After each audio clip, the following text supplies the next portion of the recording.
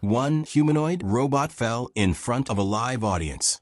Another walked autonomously in minus 47 degrees Celsius. At first glance, one looks like a failure and the other looks like a breakthrough.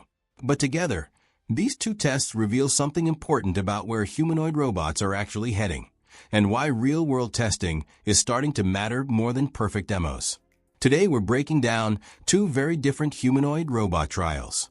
XPeng's Iron, tested in a public space with people watching every move.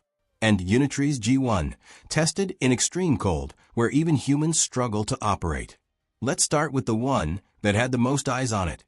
XPeng is widely known as an electric vehicle company, but behind the scenes, it has been investing heavily in humanoid robotics as part of its long-term physical AI strategy. Iron is XPeng's full-size humanoid robot, designed to operate in human environments like offices, malls, and workplaces. In its recent public demo, Iron was brought out into a crowded space rather than a controlled lab.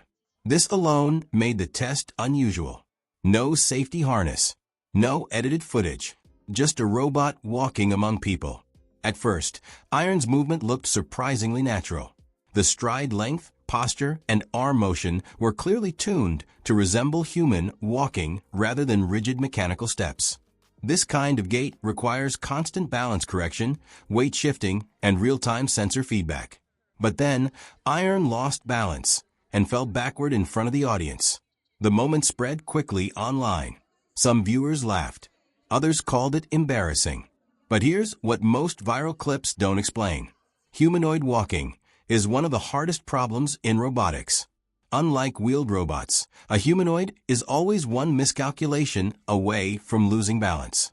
Floor friction, slight surface irregularities, sensor noise, or delayed control signals can all trigger a fall. What makes this demo important isn't that Iron fell. It's where it fell. Public environments are unpredictable. Lighting changes. People move nearby. Floors aren't perfectly level. And unlike labs, there's no opportunity to reset conditions when something goes wrong. XPeng CEO later compared the incident to a child learning how to walk. While that sounds simple, it reflects a deeper truth in robotics. Real progress happens when systems are tested outside ideal conditions. A fall in public isn't just a mistake. It's feedback, data that can be used to improve balance recovery, motion planning, and stability under real-world constraints. But falling in front of people might actually be easier than what the next robot had to face.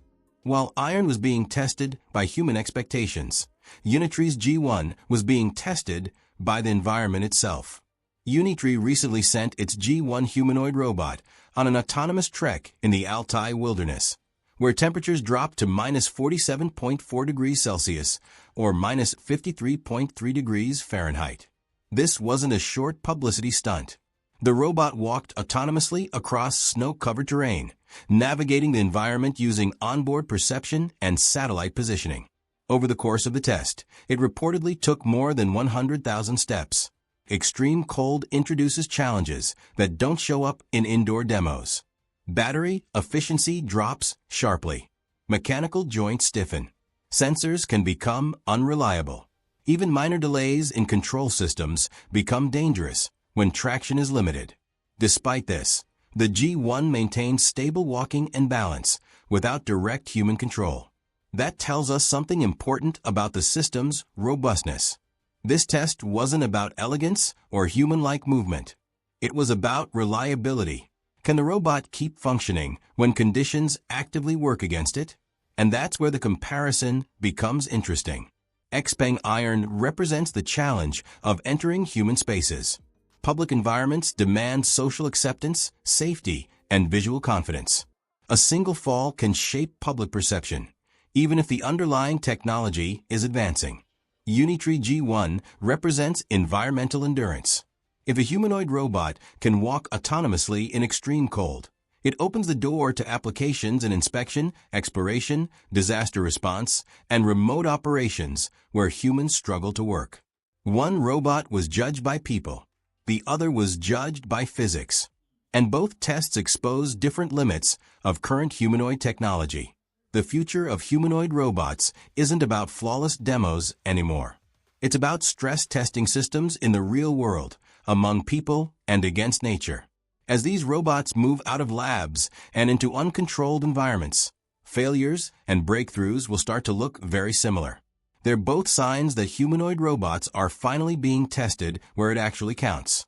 If you want more clear, no-hype breakdowns of real humanoid robot tests and what they truly mean, subscribe to the channel. More real-world demos, deeper analysis, and honest updates are coming soon.